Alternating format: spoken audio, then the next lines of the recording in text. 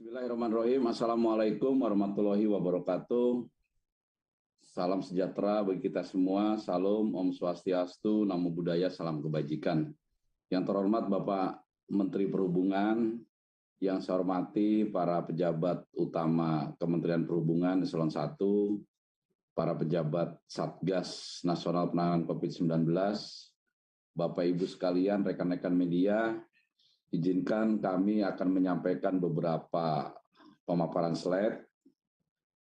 Kami laporkan atau kami informasikan, kita ketahui bersama bahwa selama hampir 2 tahun kita bersama-sama menangani pandemi COVID-19, tentunya khususnya terkait pelaksanaan libur panjang di tahun 2021 pasca Idul Fitri 2021 sebagaimana tertera di slide, itu terjadi kenaikan yang cukup signifikan diperparah dengan adanya varian Delta. Saat itu puncak kasusnya tanggal 15 Juli 2021 sejumlah 56.757 kasus per hari. Kemudian kasusnya melandai turun dan pasca libur Nataru 24 Desember sampai tanggal 2 Januari 2022, kemudian naik lagi diperparah dengan adanya varian baru yaitu Omikron, sehingga tembus saat itu kasusnya sampai 64.000. Kemudian sekarang menurun, kondisinya sudah semakin baik angka positif harian, kematian maupun yang dirawat di rumah sakit. Namun tentu saja rekan-rekan media dan kita semua juga sepakat kita harus tetap waspada dan hati-hati. Kemudian kita juga slide selanjutnya kita juga paham bahwa saat ini mobilitas itu sudah seperti sebelum ada COVID, bahkan lebih tinggi lagi. Terkait dengan kegiatan masyarakat tentu saja sulit untuk dilaksanakan pembatasan, karena itu biasanya peningkatan mobilitas masyarakat dalam periode libur panjang selalu diikuti dengan kenaikan kasus positif dan menjadi salah satu kontribusi adanya gelombang kasus. Nah, kalau kita batasi lagi terkait dengan mobilitas, ini tentu saja juga berpengaruh kepada ekonomi, karena untuk mobilitas ini tentu saja sudah tidak dibatasi lagi. Jawabannya adalah tentu saja menegakkan protokol kesehatan, yaitu utamanya memakai masker dan vaksinasi. Nah, khusus vaksinasi ini kami informasikan kepada Bapak Ibu sekalian, ini datanya yang kami peroleh. Jadi di 34 provinsi yang tertinggi adalah DKI Jakarta, sementara provinsi yang terbawah adalah Papua. Nah, secara nasional untuk kelompok umum dosis 1 94,37% per hari ini.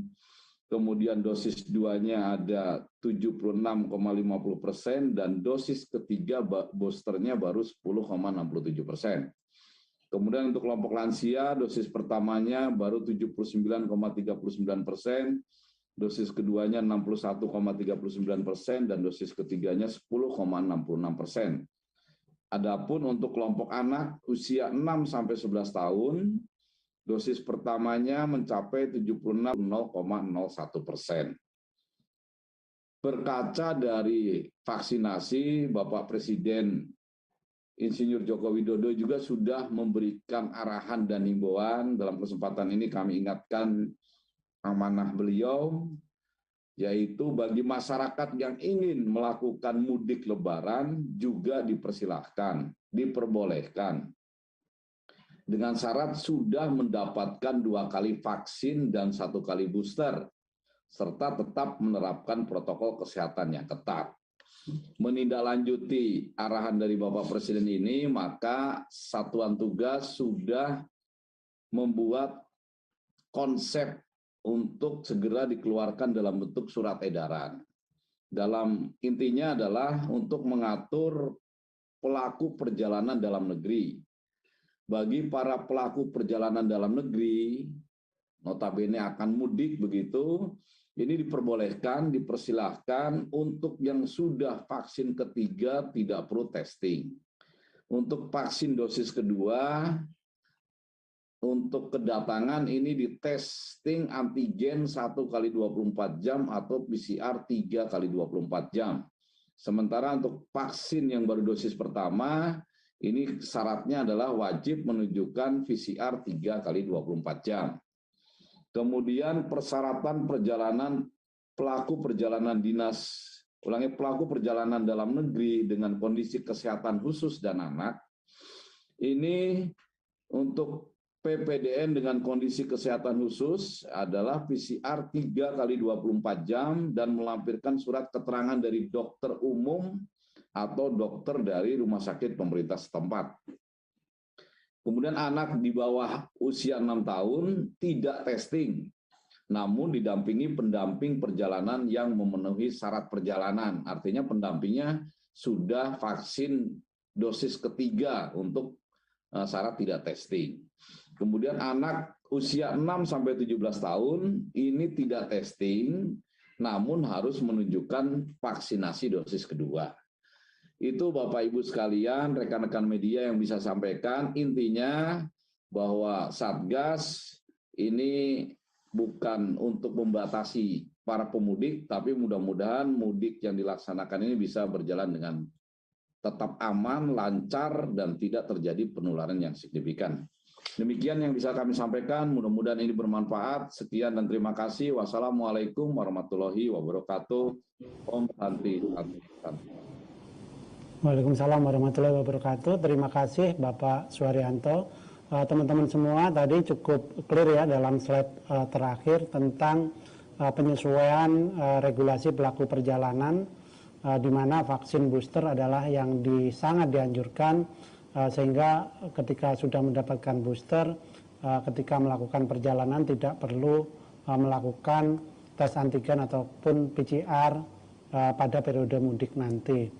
Kemudian tadi juga disampaikan dengan clear juga kondisi pandemi sekarang masih terjadi, dan berdasarkan jejak rekam data itu setiap Idul Fitri, setelah Idul Fitri selalu terjadi kenaikan. Jadi menjadi tanggung jawab kita bersama untuk menjaga agar kita tidak mengalami panen kasus pada Lebaran ketiga pada masa pandemi ini.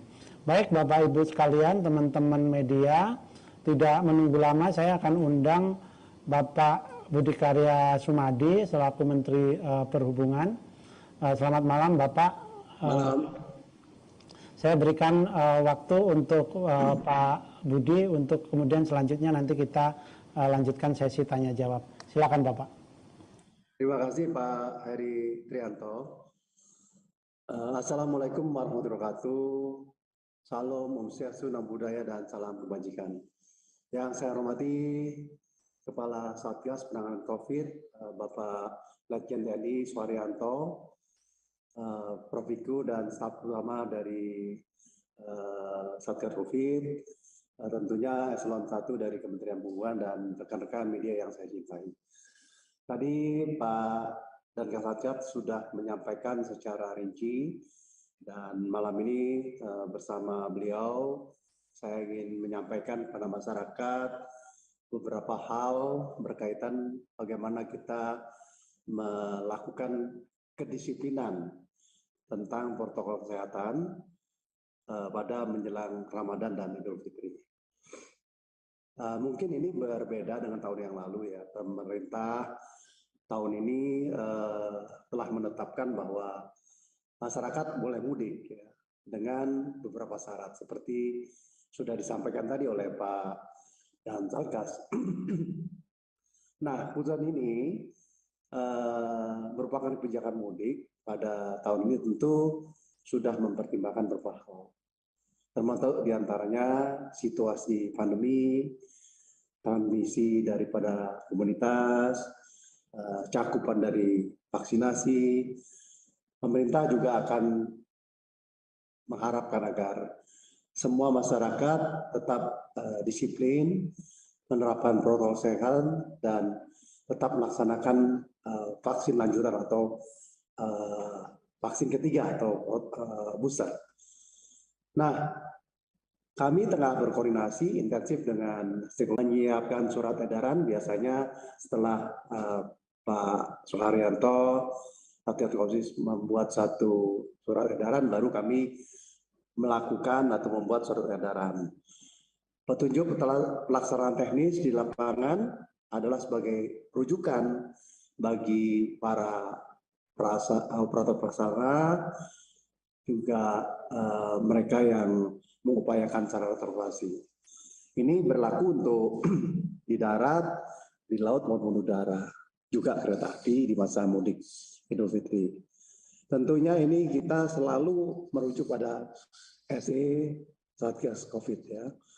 Dan tujuannya adalah menjamin pelaksanaan perjalanan dalam negeri ini berjalan aman, nyaman, dan sehat. Bapak Ibu sekalian, Balitbang Kementerian Perhubungan melakukan survei. Ya. Nah, survei ini tentu dalam rangka mengantisipasi libur Lebaran dan jumlahnya sangat tinggi. Seperti yang disampaikan Presiden, kurang lebih 79 juta yang ingin mudik. Ya. Tentu ini bisa dimaklumi bahwa setelah 2 tahun terakhir ini dilakukan pembatasan perjalanan, banyak yang ingin mudik Lebaran. Nah, dari apa yang kita lihat ya, beberapa daerah yang menjadi tempat tertinggi untuk mudik itu adalah Jawa Tengah, Jawa Timur, Jawa Barat. Dan animonya tinggi sekali, diiringi dengan bagaimana kita harus menyiapkan sarana dan prasarana. Dan yang penting adalah kita harus memperhatikan keselamatan, tetap dijaga, dan seperti yang disampaikan oleh Pak dan Satgas, harus prokes ya. Nah, beberapa hal yang kami akan antisipasi, tentu tersedia kualitas dan kapasitas dari transportasi di semua moda itu. Dan saya minta kepada para dirjen untuk melakukan rem cek ya, bis, kapal, pesawat, kereta api harus dilakukan rem cek ya. Terus kita juga mewajibkan untuk melakukan pemeriksaan kesehatan bagi awak transportasi ya, pilot, nahkoda, masinis, supir bis ya, dan bisa kita lakukan di simpul transportasi, di bandara, di terminal, stasiun dan sebagainya. Nah, kami juga akan dan sedang menginstruksikan operator prasarana dan sarana transportasi terus memastikan protokol kesehatan. Tadi Rinci, Pak dan Satgas menyampaikan, dan itu harus menjadi satu acuan yang harus kita lakukan. Nah, kami juga menghimbau, insya Allah ini bisa ya, vaksinasi terutama untuk vaksinasi yang ketiga ada di simpul-simpul transportasi ya, di Bandara, di Suta ya, di Priok, di Perak ya, di pelabuhan, di terminal, juga stasiun-stasiun kereta api. Nah, oleh karenanya kita harus melakukan koordinasi, dan dalam beberapa pekan mendatang kita akan melakukan simulasi, dan tentu bersama Polri dan para stakeholder ya. Nah, apa yang kita lakukan juga kita mengupayakan upaya edukasi pada masyarakat. Nah, dalam kesempatan ini kepada rekan-rekan wartawan, apa yang sudah kami sampaikan ini bisa disampaikan pada masyarakat bahwa tidak semua bis itu bisa digunakan. Hanya bis yang sudah dilakukan rem cek bisa digunakan. Hati-hati, bis pariwisata itu rada rentan ya. Nah, oleh karenanya juga kita akan melakukan upaya mobilitas ini berjalan dengan baik ya, dengan sehat dan aman. Dan untuk itu kita membutuhkan dukungan dari semua pihak ya. dan terutama vaksinasi yang ketiga itu menjadi catatan. Kalau mau mudik seyogyanya lakukanlah booster. Kita masih punya waktu cukup panjang. Saya juga menghimbau bahwa vaksin booster ini harus dilakukan. Pak Presiden tadi pagi juga menyampaikan itu untuk percaya diri kita. Dan tentu apa yang kita lakukan ini kan kita akan evaluasi dalam kurun 1 bulan ini. Semoga apa yang sudah kita sampaikan ini tetap berlaku dan kita bisa menjalani mudik dengan tertib ya, dengan prokes ya. Dan saya mengharapkan bahwa mobilitas itu aman ya. Dan kita juga jangan lupa apa yang disampaikan oleh Pak Satgas sangat baik ya. Kita harus jangan tinggalkan prokes dan booster. Demikian saya sampaikan. Semoga apa yang kita lakukan ini bermanfaat untuk bangsa. Terima kasih. Wassalamualaikum warahmatullahi wabarakatuh. Waalaikumsalam warahmatullahi wabarakatuh. Terima kasih Bapak Menhub. Beberapa hal yang saya garis bawahi dari apa yang disampaikan tentang antisipasi libur Lebaran, di mana tadi kita datanya juga sudah disampaikan, ada 79 juta masyarakat Indonesia ingin mudik dengan ke titik-titik yang tentu saja kita tahu di mananya, seperti di Jawa Tengah, Jawa Timur, kemudian Jawa Barat. Kemudian untuk mengantisipasi masyarakat yang belum melakukan booster, dalam periode mudik tadi juga disampaikan akan ada fasilitas vaksinasi di titik-titik keberangkatan seperti terminal, pelabuhan maupun stasiun dan bandar udara.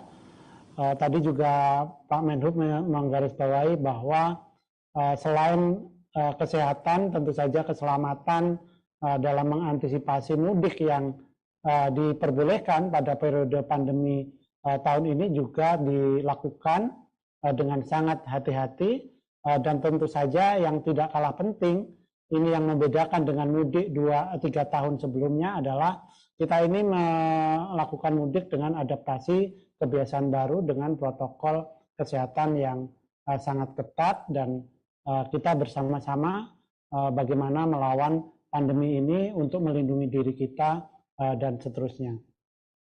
Baik, kita masih ada waktu sekitar 20 menit.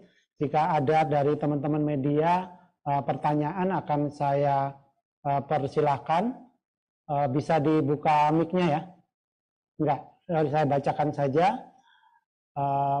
Pertama dari RTV, Raja Wali TV, dari Dev ya. Bagaimana memastikan pelaku perjalanan dengan kendaraan pribadi sudah menjalani vaksinasi booster, sedangkan pihak kepolisian menyebut tidak akan melakukan penyekatan seperti tahun-tahun sebelumnya. Pertanyaan pertama itu. Kemudian yang kedua, syarat perjalanan apakah diberlakukan selama masa mudik saja atau berlaku seterusnya hingga ada perubahan berikutnya. Jika berlaku hanya di masa mudik, kapan dimulainya, berapa lama periodenya, dan mengapa hanya di masa mudik. Jadi pertanyaannya ini dua tetapi lengkap sekali, Pak Kasatgas maupun Pak Menhub. Mohon dijawab. Saya berikan kesempatan dulu ke Pak Kasatgas, kemudian Bapak Menhub. Silakan. Baik, terima kasih Pak Heri. Mungkin terkait dengan kendaraan pribadi nanti Bapak Menteri Perhubungan yang lebih tepat. Mungkin saya akan pertanyaan kedua. Jadi tentu saja kebijakan yang dilakukan oleh Satgas ini menyesuaikan dengan keadaan ataupun penularannya terjadi. Jadi karena virusnya juga berubah-ubah, ada varian baru juga, tentu saja aturan-aturan yang dilakukan oleh Satgas juga menyesuaikan dengan keadaan itu gitu. Nah, sekarang tadi di pemaparan kan sudah jelas, setiap ada libur panjang, apakah itu Idul Fitri, apakah itu Nataru, itu selalu disertai dengan kenaikan kasus. Kemudian 2 tahun ini juga kita tidak memperbolehkan mudik. Tetapi di tahun 2022 ini mengingat sudah terdapat penurunan yang cukup signifikan dari angka kasus 64.000 kemarin sampai 3.000, 4.000-an, maka pemerintah melalui Bapak Presiden memberikan kebijakan untuk dilonggarkan, tapi tentu saja dengan tetap memegang teguh protokol kesehatan dan vaksinasi dosis 3. Tentu saja permasalahan tahun ini berbeda dengan tahun sebelumnya. Di tahun 2021 dilarang mudik karena saat itu walaupun kasusnya juga menurun, tapi capaian daripada vaksinasinya belum setinggi sekarang. Tetapi sekarang sudah tinggi seperti tadi yang kami sampaikan, bahkan sudah bisa booster, makanya yang boleh mudik adalah yang sudah booster. Nah, tentu saja untuk saat ini aturan ini pada saat masa mudik. Nanti setelah mudik kita lihat perkembangan kasus COVID-nya. Tentu saja Satgas ini pun selalu menyesuaikan dengan ancamannya dalam menetapkan aturan ataupun surat edaran-edarannya. Mungkin demikian yang bisa kami jawab, Pak Heri. Terima kasih. Baik, terima kasih Pak Suharyanto. Silakan Pak Budi Karya. Disampaikan oleh Pak Suharyanto bahwa kalau bicara masa itu kita lihat perkembangannya. Seperti beberapa waktu yang lalu di mana saat Omikron datang kita tidak duga begitu cepat dan akhirnya bisa kembali dan kita evaluasi secara periodik baik itu secara seminggu, mungkin 2 minggu dan sebagainya. Jadi nanti oleh karenanya saya sampaikan tadi bahwa apa yang akan kita lakukan ini tergantung dari situasi beberapa saat mendatang. Nah, poinnya adalah jumlah yang ingin mudik kan banyak sekali, 79 juta. Tentu memang kalau di sektor kereta api, sektor laut, sektor udara, gampang untuk mengkualifikasikan orang itu boleh atau tidak mudik ya, dengan syarat-syarat yang dikaitkan dengan bisanya tidak dia mendapatkan tiket ya. Tetapi untuk darat ini di sektor yang menggunakan bus lebih gampang. Yang pribadi ini kita banyak diskusi. Oleh karenanya share malam ini kita lakukan. Tentu kalau kita menyampaikan demikian, maka kita sangat membutuhkan kesadaran masyarakat untuk melakukan vaksinasi ketiga atau booster. Nah, dalam hal melakukan kontrol, memang kita tidak akan melakukan penyekatan, tetapi mungkin kita akan melakukan random sampling di beberapa tempat, ya. Jadi tidak semua orang kita periksa. Nah, ini yang menguji kita semuanya agar kita konsisten. Karena toh apa yang kita lakukan ini bukan untuk kita saja, tapi untuk masyarakat banyak ya. Jadi oleh karenanya saya menghimbau apa yang disyaratkan oleh Satgas itu kita taati sehingga kita dapat melakukan mudik itu dengan aman, nyaman, dan selalu sehat. Terima kasih. Ya, terima kasih Bapak Menhub. Jadi akan dilakukan random checking juga tadi disampaikan oleh Pak Menhub khusus untuk pelaku perjalanan menggunakan mobil pribadi, tetapi rasanya memang setelah 2 tahun pandemi ini semua sudah bisa belajar bagaimana caranya. Cuman memang tadi mungkin perlu dilengkapi juga Bapak jawabannya, apakah aplikasi, bagaimana penggunaan aplikasi Peduli Lindungi ini nanti dijadikan alat screening utama ya bagi semua pelaku perjalanan. Mungkin bisa dijelaskan oleh Pak Menhub atau Pak Suharyanto. Sama kemudian satu lagi pertanyaan terkait dengan penyesuaian aturan ini, apakah menjadi bagian evaluasi untuk pengubahan status pandemi menjadi endemi. Kami persilahkan Bapak. Mungkin dari kami dulu, Mas Heri. Jadi betul apa yang disampaikan Bapak Menteri Perhubungan tadi. Memang tidak ada penyekatan oleh unsur keamanan Polri, tetapi tadi disampaikan oleh Bapak Menteri secara random sampling ada juga pos-pos pelayanan untuk mengecek status Peduli Lindungi. Jadi di situ nanti kan kalau yang sudah booster jelas Peduli Lindunginya terlihat di situ. Apalagi yang baru vaksin sekali itu juga baru akan terlihat dari status peduli lindungi. Tentu saja ini konsepnya tetap persuasif. Tadi Bapak Menteri juga menyampaikan akan juga ditempatkan titik-titik atau tempat-tempat untuk melaksanakan vaksinasi. Sehingga masyarakat yang mudik mungkin ini juga bisa dilayani terkait dengan kebutuhan vaksinasinya. Kemudian untuk terkait dengan endemi, tentu saja dari Satgas ini kami masih hati-hati betul. Memang banyak kalangan membahas kapan akan beralih dari pandemi ke endemi. Kita harus tetap hati-hati dan waspada. Banyak faktor tentu saja juga tidak bisa diputuskan oleh Satgas. Nanti sambil berjalan melihat bagaimana perkembangan ke depan. Mudah-mudahan pasca Idul Fitri tahun 2022 ini kondisinya tidak seperti pasca liburan-liburan panjang sebelumnya. Kita lihat setiap Idul Fitri kan selalu ada kenaikan dan timbul varian baru. Mudah-mudahan sekarang tidak seperti itu. Apabila tetap landai, tidak terjadi peningkatan kasus yang signifikan, mungkin baru kita akan berpikir untuk beralih status menjadi pandemi. Mungkin begitu jawaban dari kami, Pak Heri. Terima kasih. Terima kasih Pak Suharyanto. Silakan Pak Budi Karya. Saya pikir apa yang disampaikan Pak Suharyanto sudah cukup. Baik, terima kasih Bapak. Ada satu, sepertinya ini bukan pertanyaan dari Pak Firdaus dari Harian Raca, ini sahabat sekaligus senior saya nih. Mengusulkan Satgas Covid supaya memasang mesin tapping untuk aplikasi Peduli Lindungi di gerbang tol dan untuk cek semua penumpang mobil pribadi sebagai screening booster. Usul tidak perlu random.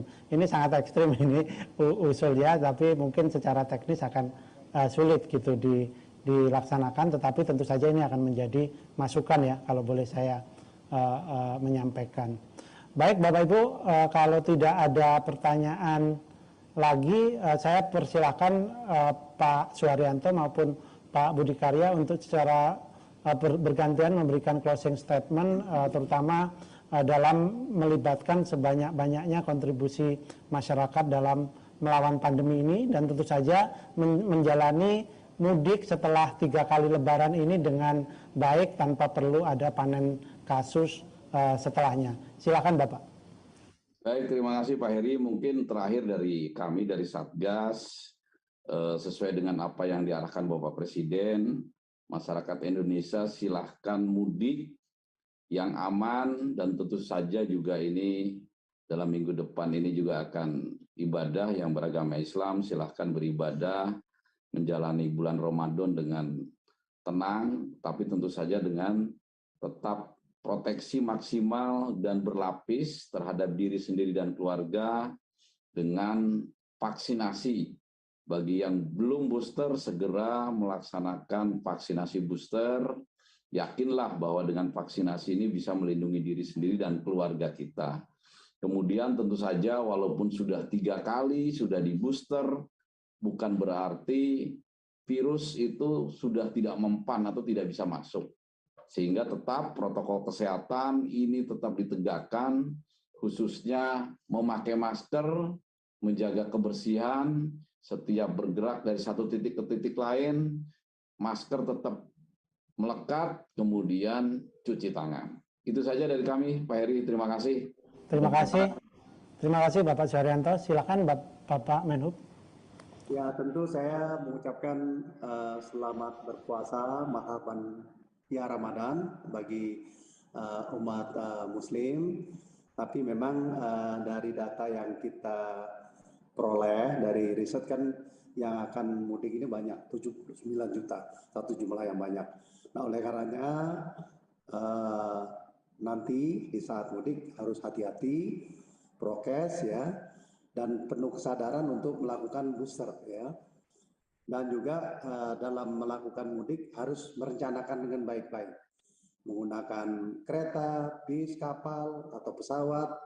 Kalau itu kendaraan bus, harus cari yang memang sudah direncek. Dan juga kalau bicara katakanlah menggunakan kendaraan pribadi, persiapan dengan baik. kami atas arahan Presiden memang tidak akan melakukan penyekatan, tetapi kesadaran masyarakat yang kita butuhkan untuk mempersiapkan dengan baik itu booster ataupun kelengkapan yang lain, supaya kita prokes. Dan seperti yang disampaikan oleh Pak Parianto tadi, kita tidak ingin bahwa setelah Idul Fitri ini ada gelombang yang baru ya. Jadi selamat berpuasa, marhaban ya Ramadan. Assalamualaikum warahmatullahi wabarakatuh. Waalaikumsalam warahmatullahi wabarakatuh. Terima kasih Bapak Kasatgas, Bapak Menhub atas waktunya. Teman-teman sekalian, Bapak Ibu media yang ada di sini, saya akhiri konferensi pers hari ini. Saya Heri Trianto dari studio BNPB di Jalan Pramuka mengucapkan terima kasih atas partisipasinya. Mohon maaf jika ada kekurangan. Wassalamualaikum warahmatullahi wabarakatuh. Pandemi hanya akan pergi bila kita saling peduli. Sebab bila tidak, gelombang baru datang dan pergi. Berani mengingatkan orang lain untuk lindungi diri, saling jaga, mau menerima dan rela memberi. Kencangkan lagi maskermu. Kurangi mobilitas dan hanya untuk yang perlu. Rutin olahraga dan vaksinasi lengkap demi imunitasmu. Kita percaya, kita pasti bisa.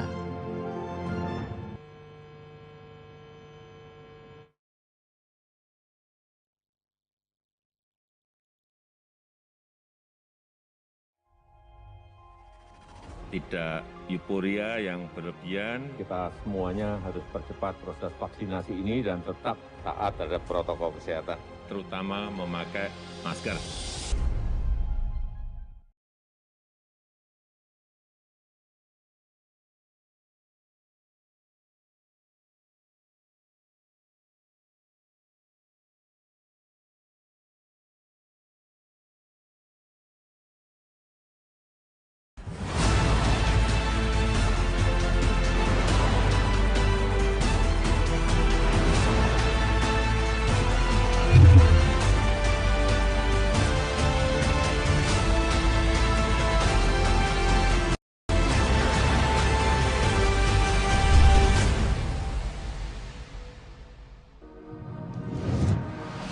Lebih dari 1 tahun seluruh dunia diguncang pandemi.